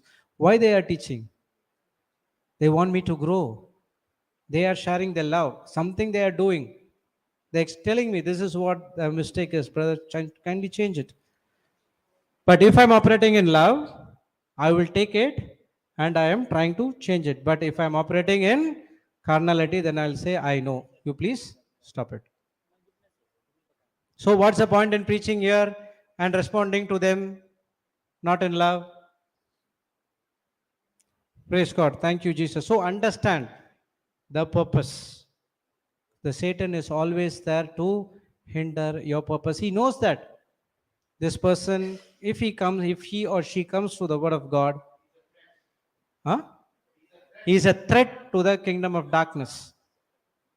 And one more thing, what I learned is when there is more pressure from the kingdom of darkness, there is a miracle is at hand. Amen. Praise the Lord. Thank you, Jesus. So you have to receive that miracle to keep in touch with our Heavenly Father through the Holy Spirit. Don't open your mouth and speak something which is contradicting to the Word of God. Okay? Praise God. So, when you have the mind of Christ, I know God's purpose for my life. Okay, go to John 10:10. So you see one of the purpose of Jesus here as well. Put it in NLT. There's one. Yes. The thief's purpose The thief's purpose. is to steal and kill and destroy. What is going to steal, kill, and destroy? Only. The next one is what we are studying right now, the purpose. He will strike your identity and he'll say that you are not worthy to do this. He's going to steal you. He's going to kill your dreams which you have in the kingdom of God. And then he's going to destroy you completely. So there is a purpose for the kingdom of darkness to destroy you completely. Before that, he will steal and kill everything. And see the purpose. My purpose is to give them a rich and satisfying life. The purpose of Jesus Christ is to give rich and satisfying life, life in abundance. Are we living a life of abundance? You have to answer that question to yourself. Am I living a life of abundance, or I'm living a life of distress? Or Lord, I need some more to live a life in abundance. We are measuring the life in the material things. That is, if we have this, then we have an abundant life. But he is talking about the spiritual things, who you are. In Genesis 39:2 says that Joseph is a prosperous man. And he went to jail. You see that? A prosperous man who went to jail. So what do you mean by prosperity? So going to jail is prosperity. The prosperity is, it's not about what you have. The prosperity, what Bible talks about, who you have. Who you have, yes.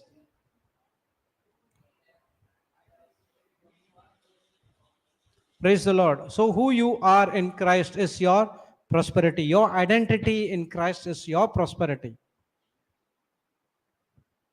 Praise God. He's saying that my purpose, Jesus' purpose is to give them a rich and satisfying life.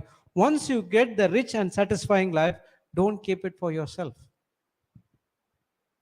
You are blessed to be a blessing to the nations. You are forgiven to forgive others. You have been loved to share the love to others. You have been anointed to pass on the same anointing to others. Did we pass on the same anointing to that sister yesterday?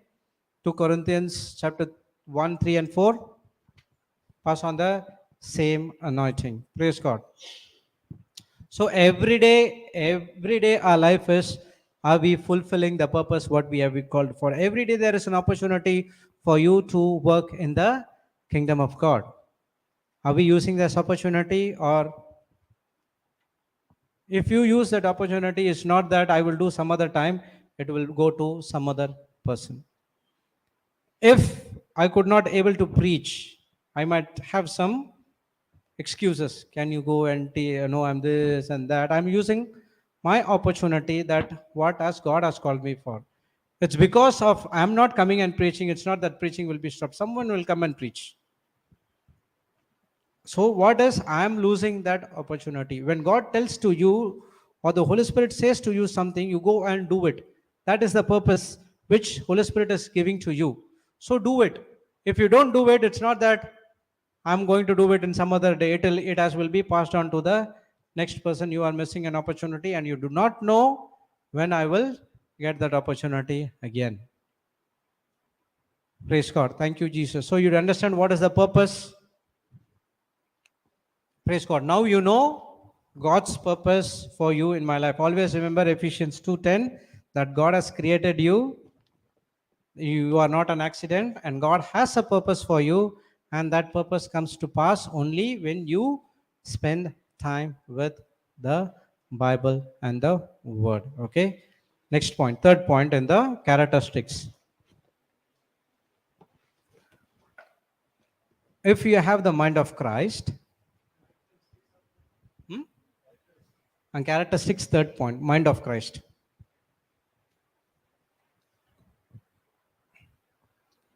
I am always aware that God is with me.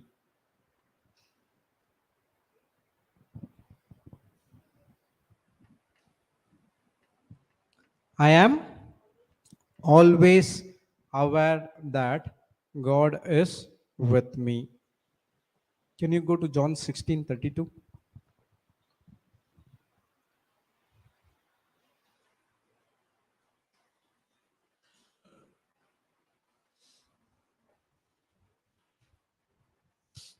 But the time is coming. Okay, KJV.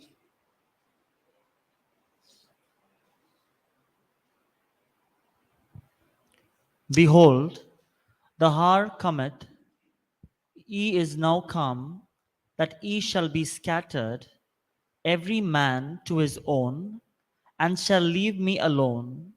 And yet I am not alone, because the Father is with me. Jesus is saying that, behold, the hour cometh. Yes, is now come, that you shall be scattered, every man to his own. What happened? He's describing about the situation happened in the Garden of Gethsemane. Okay, so everyone scattered, correct? When he saw, every man to his own, and shall leave me alone. And yet I am not alone, because the Father is with me. There was a song in Tamil. Okay, that's called Thai ennai kaivittalum Yesu ennai kaividamatar, which means even the mother who can forget me, but my Jesus will never forget me. Praise the Lord. Thank you, Jesus. The mother can also forget you. Okay, but Jesus will not forget you. Did he say that I will never leave you nor forsake you? Praise God. So you have to understand that God is always with me. Even though when at times when I'm in the word, I used to say that, oh my God, you are not with me. What happened right now? Can you help me? Praise God. Thank you, Jesus. So many a times we unknowingly say that God is not with me. But here the Bible clearly says that I will never leave you nor forsake you till the end of this world. That's what we read in Matthew 16:20, right? Yes. Can a woman forget her sucking child, that she should not have compassion on the son of her womb? Yes, they may forget, yet will I not forget thee. Praise the Lord. Thank you, Jesus. So it's clear. So next thing is, God will not forget you. 1 minute.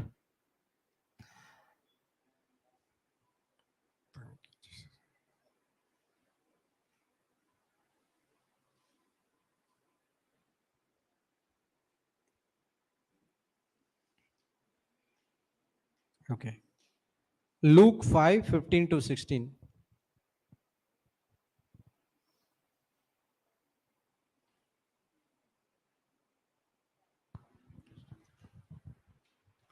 But so much the more went there a fame abode of him, and great multitudes came together to hear and to be healed by him of their infirmities. And he withdrew himself into the wilderness and prayed. See, that Jesus was spending time with the Heavenly Father. He knows that He is with him. See, it happened when a great multitude came together to hear and to be healed by him of their infirmities, and he withdrew himself into the wilderness and prayed. Praise God. What he was saying, he was seeking the help of the Father. When at times do we seek the help of the Father? We don't seek help of our earthly father. How I'm going to take the help of our heavenly Father? He always says that God is with me, and we also studied when one of the identity is He hear us. When you have a prayer according to the will of God, He hears you. So you have to remember that God is always with me, and He is not going to leave me or forsake me. So whenever you start a session, or when you start a Bible class or studying everything, just before starting, spend 2 or 3 minutes. Ask God, God, give me the wisdom. You said that in your word. If you lack wisdom, When you ask in faith, I am going to give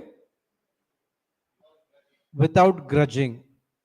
So ask for the wisdom to give more revelation. What the revelation, what we give is what we receive from God and we are sharing with Him. The same way we are giving the theoretical knowledge to you, the Holy Spirit wants to talk to you, each and every one of you, according to your ability. Okay, He wants to have a fellowship with you. He is ready to have a fellowship with you. Are we ready? But what we do, we want to go out and we also take 3 or 4 with us to go and speak something contradicting to the word of God. We go and speak something different. I've seen many people in the retreat center. 3 or 4 are gathered here. The Bible says when 3 or 4 are gathered in my name, that is in Jesus' name, He will do it everything. But in what name we are gathered? What we are discussing there? There are also people who gathered and discussing the word of God as well. If you are not interested, if you want to go out, you can go out. That's just your choice. You have to make a choice. But don't disturb others.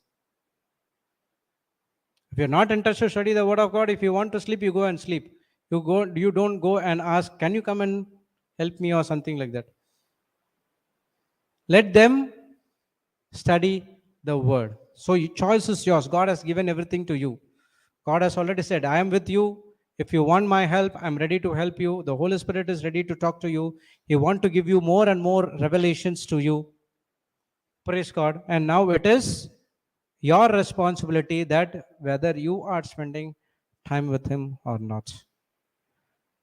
Praise God. Thank you, Jesus.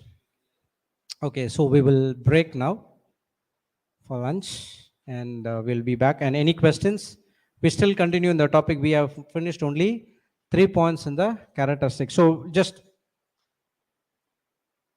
we'll go through again. So open the notebook, don't close.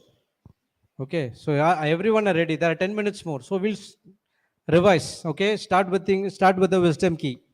Oh, God bless you. Praise God. What is the wisdom key we studied? What others do to you, it's not my problem. What I do to others is my problem. That is very, very important. So understand those things. Okay. Praise God. So we were studying about that identity. 3 things. What is that first one? The next point. You have adopted. Okay, you are adopted. We studied about how you have been adopted through the help of the Holy Spirit. Holy Spirit is helping you to call Abba Father, and also He is bearing witness with us that we are the children of God. Okay, that we studied. The next one, you are loved. Why you have been loved? To share the love others. Go and love others. To love. Okay, next one. You are rewarded. You are rewarded. You are Rewarded. rewarded. What is that reward? Inheritance. Blessed be a blessed. What is that inheritance? Serving others. And serving it is a reward. It's not just like that it can come. Okay, it is a reward.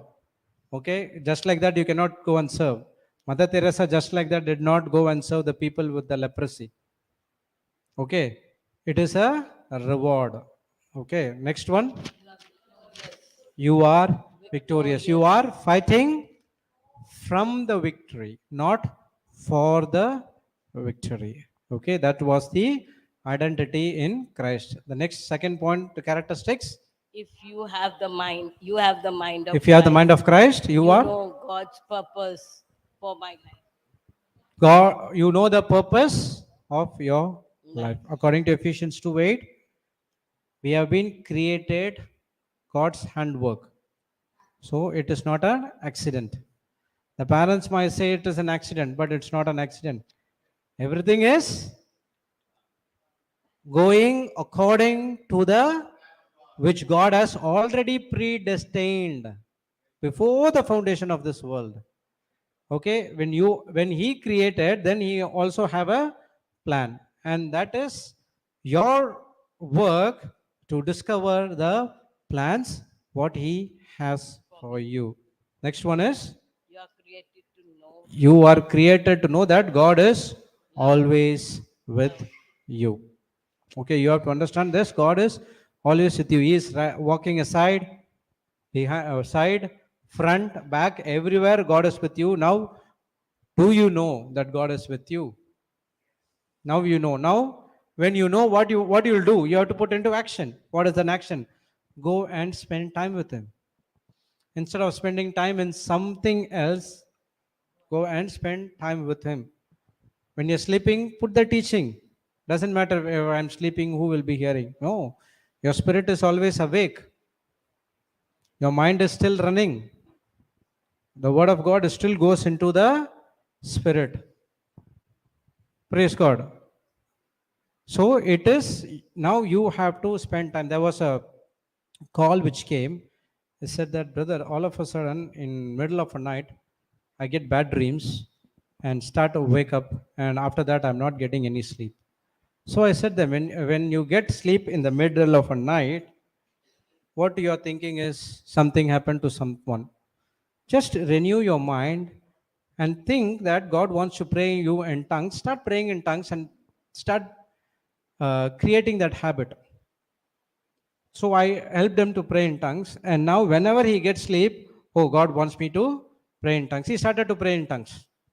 And after that, what happened? He gets a sleep as well, and now he's not getting awakened in between.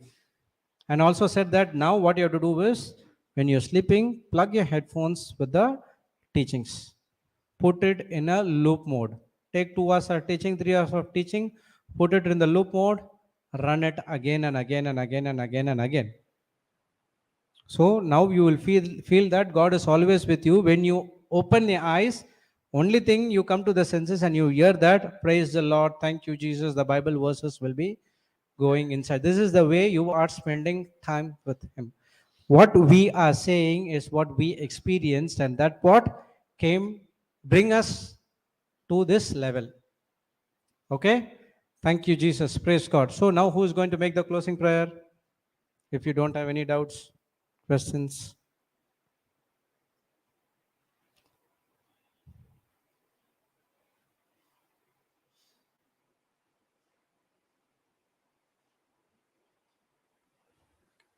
What happened? No one? Then I'll call. Yes, Angel. Welcome. If you don't come, I will call. That's it.